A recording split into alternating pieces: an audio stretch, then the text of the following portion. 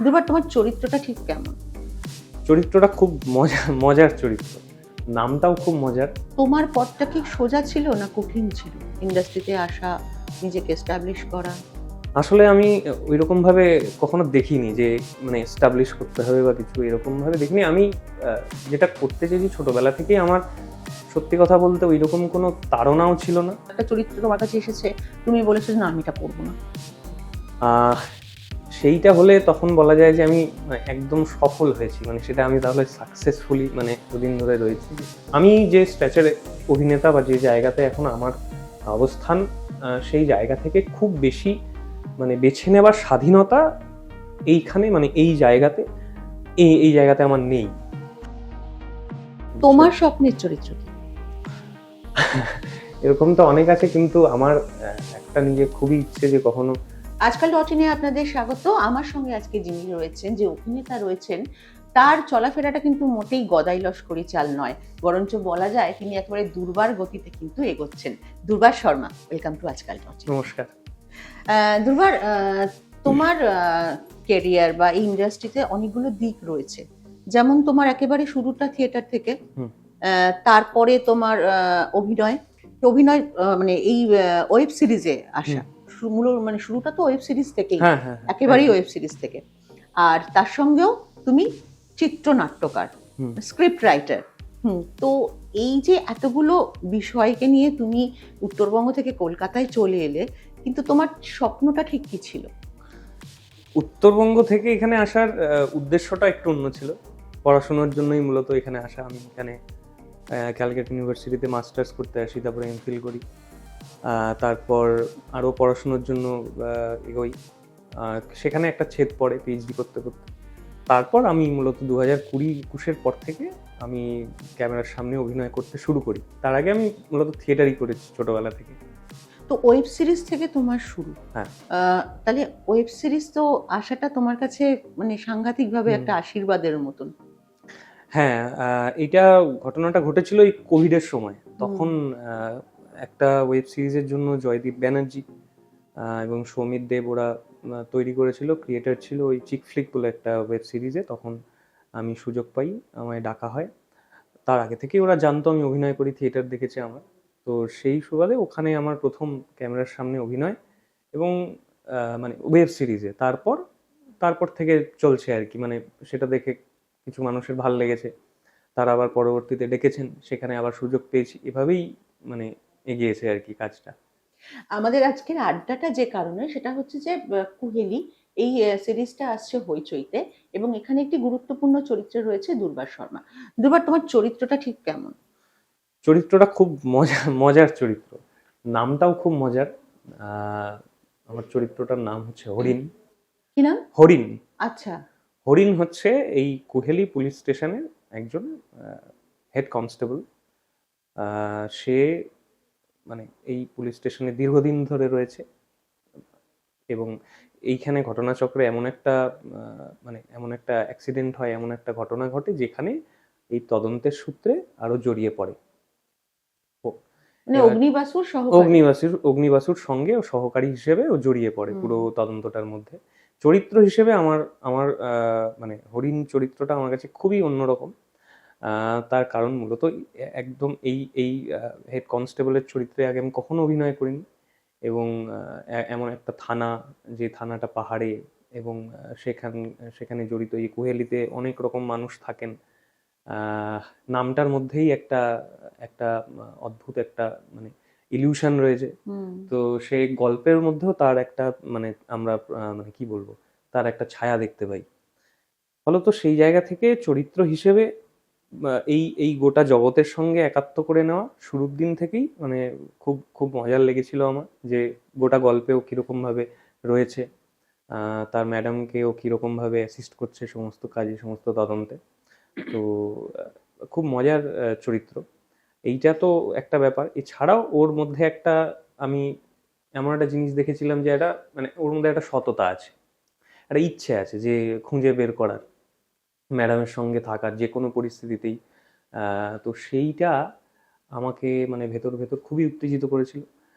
এবং যখন অদিতিদি বলে এই চরিত্রটার কথা আমাকে, তো সেই উত্তেজনাটা টের পেয়েছিলাম, এবং মানে চরিত্রটা হ্যাঁ বলা ছাড়া আর কোনো উপায় ছিল না। খুবই খুবই আনন্দ করে আমরা কাজটা করেছি, খুবই ভালো লেগেছে। মহিলা বস, হুম মহিলা বসকে হ্যান্ডেল করা সহজ কঠিন, নাকি হুম। একজন বিপরীতে পুরুষ বস থাকলে সেটা বেশি সহজ কঠিন? আলাদা করে কিছু মনে হয় না। মনে হয় না? মনে কেন হয় না। মনে হয় না? কারণ এখনো আমাদের এই সমাজটা অনেকটাই পুরুষতান্ত্রিক, এবং সেখানে কর্মক্ষেত্রে বিভিন্ন জায়গায় হ্যাঁ, মহিলা বস থাকলে একটা সমস্যা হয়।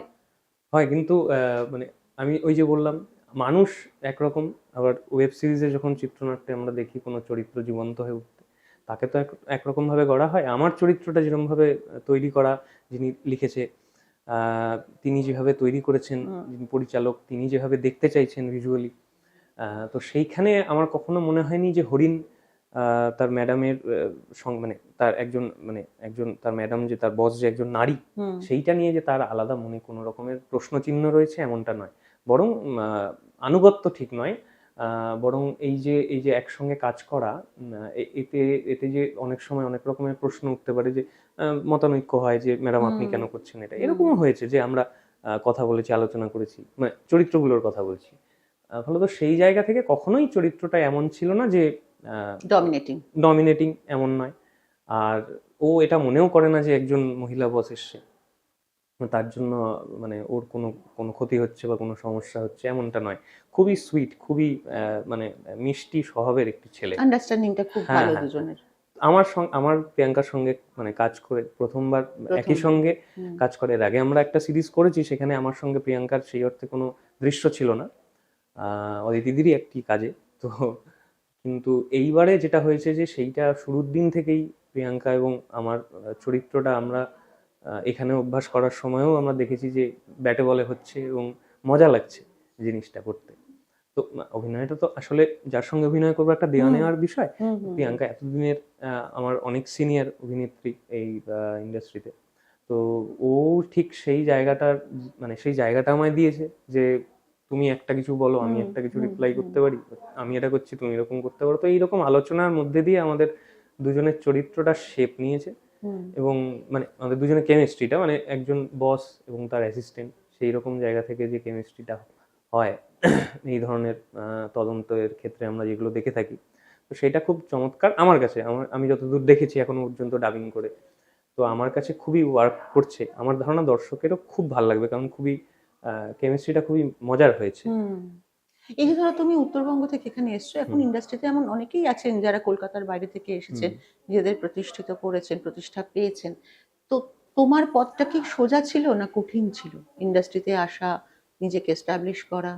আসলে আমি ওইরকম ভাবে কখনো দেখিনি যে মানে এস্টাবলিশ করতে হবে বা কিছু, এরকম ভাবে দেখিনি আমি।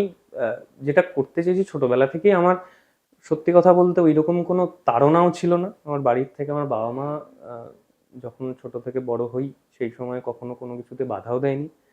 খেলতে যাবি তো খেলতে যা, অভিনয় করবি, আচ্ছা। আমার মা অভিনয় করেন, তো সেই জায়গা থেকে আমার সেই শুরুটা মায়ের হাত ধরেই। মাই নিয়ে গেছিলেন বিভিন্ন গ্রুপ থিয়েটারে, আমি কাজ করেছি। ফলত আলাদা করে যে কোনো একটা প্রতিষ্ঠিত হওয়ার যে তাড়না, সেইটা আলাদা করে তৈরি হয়নি। কিন্তু মায়ের একটা কথা ছিল, বাবার একটা কথা ছিল, যেটাই করি সৎভাবে করার চেষ্টা করিস। এবং অভিনয়ের ক্ষেত্রে তো সেটাই দাবি রাখে যে একটা চরিত্র কতটা সততার সাথে আমি কতটা ট্রুথফুলি আমি করতে হুম, পারছি। হুম, হুম, তো সেটাই উদ্দেশ্য থাকে মূলত। এবার সেটা করতে করতে যেটা হয় যে মানুষজনের ভাল লাগতে শুরু করে, তারা দেখতে পছন্দ করে তাদের বিভিন্ন গল্পে আমাকে, এবং সেইখানে কোথাও গিয়ে হয়তো একটা জায়গা করে নিতে পেরেছি এতদিনে, যেখানে মানুষজন আমায় চিনছেন এবং কথা বলছেন অভিনয় নিয়ে, যেটা আমার কাছে সত্যি কথা বলতে আমার কাছে আমার সৌভাগ্য। মানে আমি ছাড়া আরো যে কারোর সঙ্গে এটা হতে পারতো, কিন্তু আমার সঙ্গে ঘটাটা একটা মানে সৌভাগ্যের বিষয়। এবং সত্যি কথা বলতে আমার খুবই আনন্দ হয় কেউ যদি আমায় বলে তার আমার অভিনয় দেখে ভালো লেগেছে, এবং যদি এটাও বলে যে এই জায়গাটা একটু অন্যরকম হতে পারতো, বা কেউ যদি সমালোচনা করেন, সেটাও আমার ভালোই লাগে। তখন মনে হয় যে খুব যত্ন করে তিনি দেখেছেন। শিল্পী হিসেবে সমালোচনা, আলোচনা, এটা তো কাম্য সবসময়। আমি সবসময় চাই সেই মানে একটা ডিসকাশন হোক, একটা আলোচনা হোক। মূলত সেইটা হচ্ছে।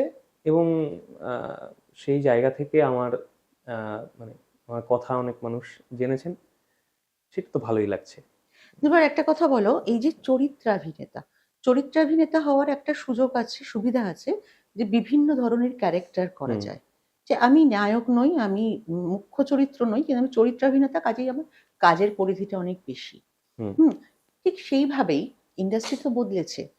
আগে যেভাবে রিভিউ বেরোতো, হুম এখন সেভাবে হয়তো হয় না। এখন এলাবোরেটলি মুখ্য চরিত্র রিভিউতে জায়গা পায়। চরিত্রাভিনেতা খুব সেরকম বড় কেউ না হলে, মানে অনেক দিন থেকে ইন্ডাস্ট্রিতে আছে এরকম না হলে সে হয়তো জায়গাই পায় না সেই সমালোচনা বা সেই রিভিউতে।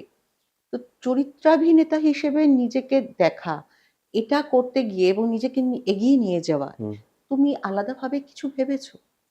না তোমার কি মনে হয় যে এই জায়গাগুলো আসা উচিত একজন যিনি বিভিন্ন চরিত্রে অভিনয় করছেন, তার কাজ নিয়েও কথা হোক?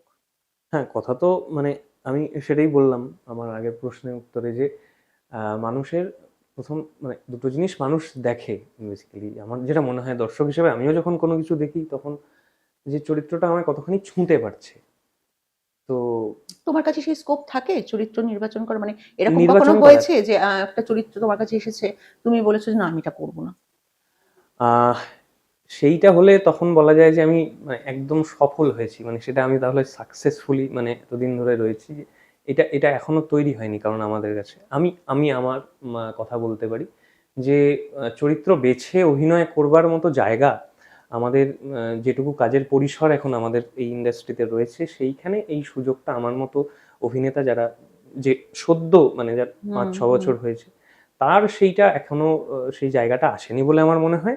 কিন্তু এতৎসত্ত্বেও মানে এমন অনেক সময় কিছু চরিত্র থাকে যেটা মনে হয় যে আমি মানে আমার চেয়েও অন্য কেউ ভালো হয়তো করতে পারবেন এবং আমি ঠিক সেইভাবে এটার সঙ্গে মানে জাস্টিস করতে পারবো না, এটাও মনে হয়। এবং মনে হয় যে আমার ঠিক মানে নিজেকে দেখতে পাই না, তখন আমি বলি যে এইটাতে আমি নিজেকে ঠিক দেখতে পাচ্ছি না। তো তখন তারা সেটা স্বাভাবিকভাবেই সেটা উত্তর করেন এবং খুবই তারা সম্মানের সঙ্গে সেটা জানান যে কোনো অসুবিধা নেই। কিন্তু এটা এটা এটা বলার পরেও আমি এটা বলবো যে আমি যে স্ট্যাচারে অভিনেতা বা যে জায়গাতে এখন আমার অবস্থান, সেই জায়গা থেকে খুব বেশি মানে বেছে নেওয়ার স্বাধীনতা এইখানে মানে এই জায়গাতে এই জায়গাতে আমার নেই, সত্যি কথা বলতে গেলে। কিন্তু তবুও কিছু কিছু সময় কিছু কিছু চরিত্র তো আসে যেটা সত্যি কথা বলতে উত্তেজিত করে না হুম, বা মানে আমি একেবারেই রিলেট করা যায় রিলেট না। করা যায় না। আমি আমি কখনোই মানে মেকারকে বা নির্মাতাদের আমি খাটো করে বলছি না। হয়তো এমন অনেক সময় হয় যে আমি ঠিক নিজেকে দেখতে পাই না, তখন আমি তাদেরকে বলি। তো সেই হুম জায়গাটা হয়তো থাকে কিন্তু খুব কম সেই সুযোগটা আসে। এবং বেশিরভাগ যেটা হয়েছে আমার সঙ্গে, আমি যেরকম অভিনয় করেছি তারা দেখেছেন এবং আমার সঙ্গে যোগাযোগ করেছেন সেরকম ভাবেই যে তোর জন্য এই চরিত্রটা ভেবেছি। তো সেইগুলো দেখেছি আমার করতে বেশ মজাই লেগেছে, মানে মজাই লাগবে এরকমই মনে হয় এবং আমি হ্যাঁও বলি এবং আমি করি। তো একই ধরনের চরিত্র যদি হুম তোমার কাছে অফার আসে, হুম সেখান থেকে যদি একদম বিপরীত একটা চরিত্র হুম আসে, তো সেটা তো অনেক বেশি অ্যাডভান্টেজ একজন একেবারেই অভিনেতার কাছে। একেবারেই এক্ষেত্রে অবশ্যই। তোমার করা ক্যারেক্টার গুলো, হুম তোমার কি মনে হয় একই ধরনের হয়ে যাচ্ছে? না, খুব একটা হচ্ছে না এটা। আমি আহ, মানে এটা আশীর্বাদ আমার কাছে যে আমি বিগত 2-3 বছর যদি আমি বলি তাহলে যে চরিত্রগুলো আমার কাছে এসেছে সেইগুলো প্রত্যেকটা একে অন্যের থেকে ভিন্ন হুম চরিত্রে, বা তাদের ব্যবহারে, তাদের তাদের বিহেভিয়ার দিয়ে, সমস্তটা দিয়েই তারা আলাদা অনন্য। ফলে হুম সেই জায়গা থেকে অভিনেতা হিসেবে আমাকে খুবই উত্তেজিত করেছে সেইগুলো করতে। আমি যদি ধরি আহ তালমা চালমারে, রোমিও হ্যাঁ। জুলিয়েটে যে চরিত্রটা আমি করেছি, হুম তারপর ভূত্তেরিকেতে আমি যেটা হুম করেছি, হুম তারপর বাতাসে গুনগুনে আমি যেটা করেছি, তারপর ধরা ভূত্তেরিকে যাক তোমার ক্যারেক্টারটা হুম সত্যি খুব সুন্দর, খুব ভালো এবং প্রশংসা করার মতো একটা ক্যারেক্টার। Thank you. ইনফ্যাক্ট ওইটা দেখার পর থেকেই আমি, মানে এটা করেছিলাম যে দুর্বারকে কখনো যদি আমি ইন্টারভিউতে হ্যাঁ, পাই। একেবারে। আর এছাড়াও মানে যে চরিত্রগুলো এসছে, ধরা যাক রঘু ডাকাতে যে আমি চরিত্রটা করেছিলাম ফজলু, সেটা তো একেবারেই হুম হুম অন্যরকম, হুম বয়সটাও আলাদা, মানুষটাও তোমার তো আলাদা। কেউ বলে বিপ্লবী, কেউ বলে হ্যাঁ, ডাকাত, সেখানেও তুমি কাজ করছো। হুম হুম হুম হুম। তো প্রত্যেকটা চরিত্র খুবই মানে আমি সেই দিক থেকে ভাগ্যবান যে আমাকে পরিচালকেরা টাইপকাস্ট হতে হয়নি। না মানে সেরকম ভাবে যে তুই এটা করে দিবি, তুই তো এটা করেছিস ওখানে, ওটা এরকম দরকার হবে ওইটাই করে দিস, এরকম কেউ আমায় বলেনি। তারা প্রত্যেকে মানে সেন্সিবল এক একজন পরিচালক, তারা প্রত্যেকেই সেই জায়গাটা দেখেই আমায় ডেকেছে যে আমি এটার সঙ্গে সুবিচার করতে পারবো। এবং আমারও সত্যি কথা বলতে যে কাজগুলো আমি করেছি চেষ্টা করেছি সেই চরিত্রগুলো হয়ে উঠবার, হুম যে এবং সেটাতেই প্রত্যেকটা চরিত্র আলাদা হয়ে গেছে। তো এটাই আমার মনে হয়। দুটো প্রশ্ন আবার মাথায় আসছে হুম। পরপর, সেটা হচ্ছে যে তোমার সঙ্গে কথা বলতে বলতেই, তুমি তো একজন স্ক্রিপ্ট রাইটারও। হুম। তালমারের স্ক্রিপ্ট তুমি লিখেছো, বাতাসের গুনগুনের স্ক্রিপ্ট তোমার হুম। লেখা। এই স্ক্রিপ্ট রাইটার হওয়াটা কি তোমার অভিনেতা সত্তাকে এনহ্যান্স করে, নাকি অভিনেতা হওয়াটা তোমার স্ক্রিপ্ট রাইটার সত্তাটাকে এনহ্যান্স করে? এটা খুবই সুন্দর একটা প্রশ্ন, আমার খুবই ভালো লাগে এটা। মানে এর আগেও আমার একজন মানে ঘরোয়া আড্ডায় জিজ্ঞেস করেছিল। তো খুব খুবই মজার একটা প্রশ্ন। এটা হচ্ছে যে হ্যাঁ, মানে দুটোই করে আমায় হেল্প। সেটা হচ্ছে যে এরকম লেখার সময় কোনো চরিত্র লিখছি যখন, তখন মনে হয় যে এইটা ভেবে, মানে হুম। অভিনেতার তো নিজস্ব একটা ভাবা একটা থাকে একটা ভাবনা। চরিত্র নিয়ে। সে তো তার বিভিন্ন রকম ভাব, বিভিন্ন রকম রস ভাবতে শুরু করে একটা চরিত্র নিয়ে, কোনো একটা সিচুয়েশনে। তো সেইটা আমি নিজেকে কখনো কখনো এরকমও হয়েছে যে ফেলে দেখেছি অভিনেতা হিসেবে, যে এই চরিত্রটা কি করতে চাইবে বা কি করতে পারবে সেই জায়গাতে। তখন লেখাতে প্রভাব পড়েছে, যে তখন মনে হয়েছে যে এইটা ও করতে পারে কিন্তু। হুম। তো এইরকম একটা করা যাক তো, তাহলে তখন দেখা গেছে যে চরিত্রটা লেখার সময় একটা কালার অ্যাড হলো, মানে একটা রং তৈরি হলো। সে আরো অন্যান্য অ্যাভিনিউতে সে নিজের মানে চরিত্রটাকে নিয়ে যেতে পারবে। তো সেটা একটা হয়েছে। এবার অভিনয় করার সময়ও সেটা হয়েছে, যেটা হয়েছে যে তখন যে রাইটার যে সেলফটা, সেইটাও খুব জেগে থাকে মানে মানে সেটা যে আমি সবসময় মানে জাগিয়ে রাখতে ভালোবাসি এমন নয়, কিন্তু জেগে থাকে, যে মনে হয় যে এই যে মানে রাইটার যে এই যে শব্দ চয়ন করেছেন, যিনি লিখেছেন, তার পেছনে কি ভাবনা থাকতে পারে। তখন আমি বুঝতে পারি যে যখন আমিও লিখেছি, ওই যে একটা সম্পর্ক তৈরি হয় লেখকের সঙ্গে লেখকের, সেইটা দিয়ে আমি বিচার করতে পারি যে এরকম হতে পারে। তখন আমার অভিনেতা হিসেবে দায়িত্ব বর্তায় যে আমি ঠিক ভাবে ওই শব্দটার যেরকম উচ্চারণ হওয়া উচিত, যে ভাবটা প্রকাশ করা উচিত, সেইটা করা যায় কিনা, সেইটা করতে পারা যায় কিনা, সেইটা আমি দেখতে চেষ্টা করি। ফলত দুদিকেই একটা মানে মানে একটা লাভ রয়েছে। দুদিকেই আমার আমার আমার সেই কারণে আমার মানে আমি যে খুব সাহায্য পেয়েছি, এটা একদমই ঠিক কথা। আরেকটা প্রশ্ন যেটা বললাম, সেটা হচ্ছে যে একটা অভিনেতার তো কিছু চরিত্র নিয়ে স্বপ্ন থাকে, যে আমি এই ধরনের একটা চরিত্র পেলে ফাটিয়ে অভিনয় করবো, আমার পুরো 100% মানে আমি দিতে পারবো। তোমরা সবসময় চেষ্টা করো 100%ই দেওয়ার। এরকম তুমি কমিক চরিত্র যেমন দুর্বার খুব ভালো, মানে ভূতেরিকিতে আমরা যেটা দেখেছি, পাশাপাশি তুমি যে হরিণের ক্যারেক্টারটা বলছো, যেটা কুহেলিতে আছে, সেটাও হয়তো কিছুটা কমেডির মোড়কে একটা মজার চরিত্র। তোমার স্বপ্নের চরিত্র কি?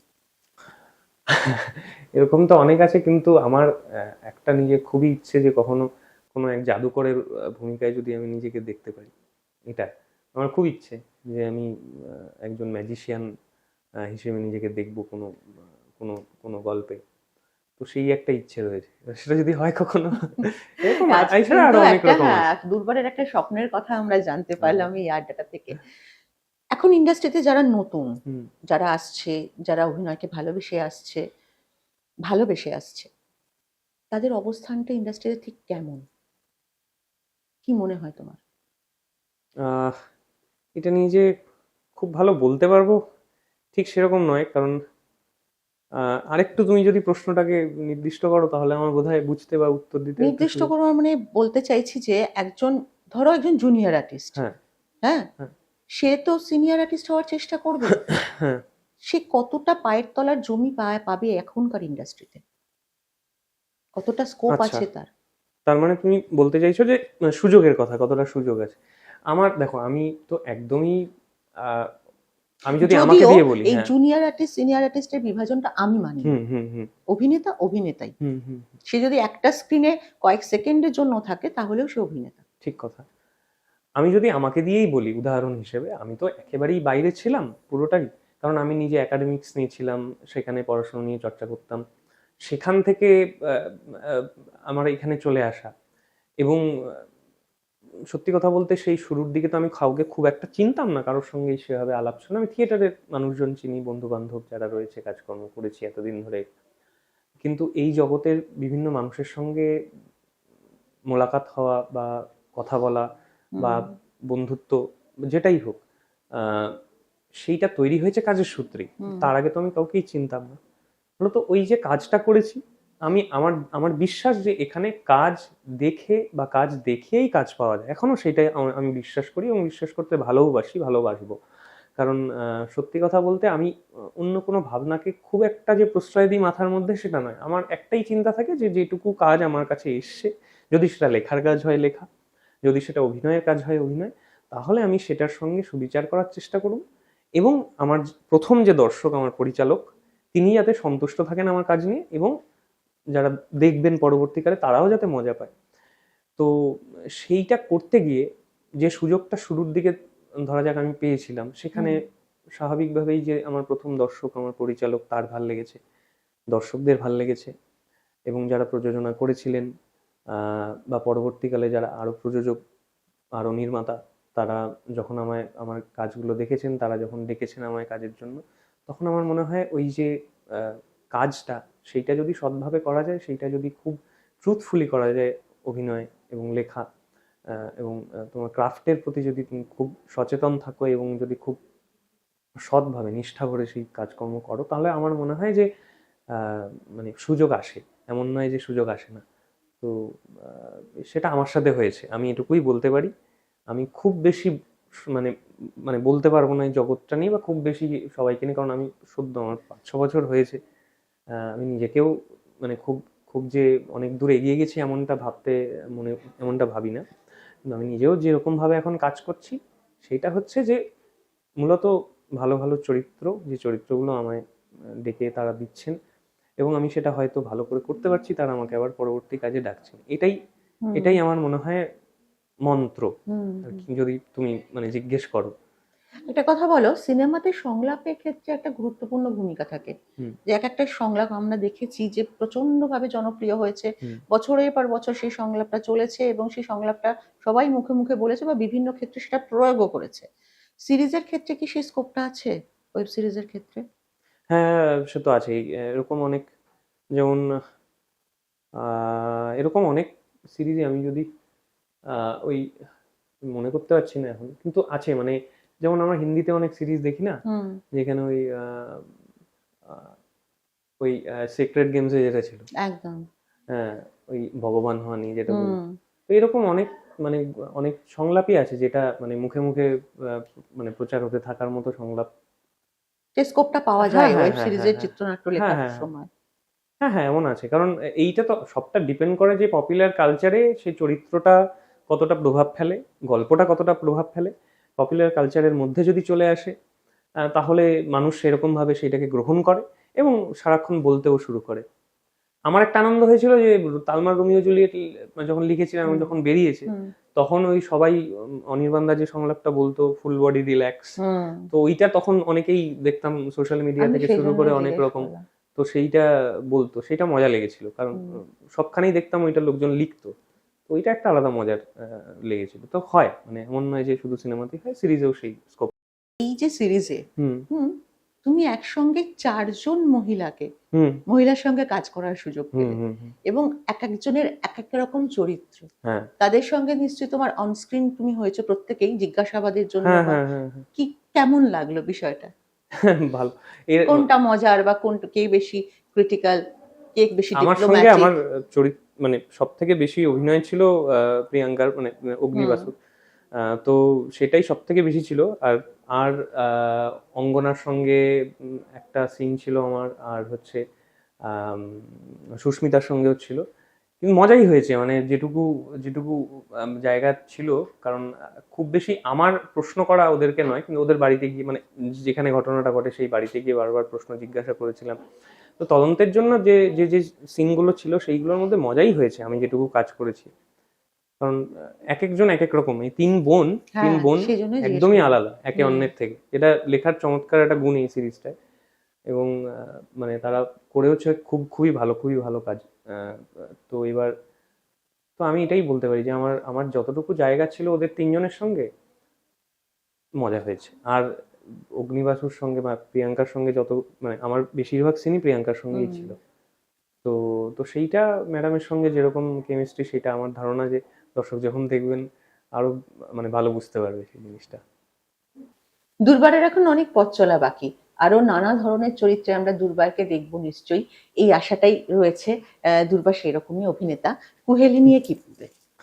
কুহেলি আমার ধারণা প্রত্যেকের খুবই ভালো লাগবে, অদিতি রায়ের পরিচালনায়। এটা হইচইতে আসবে এই মে মাসে।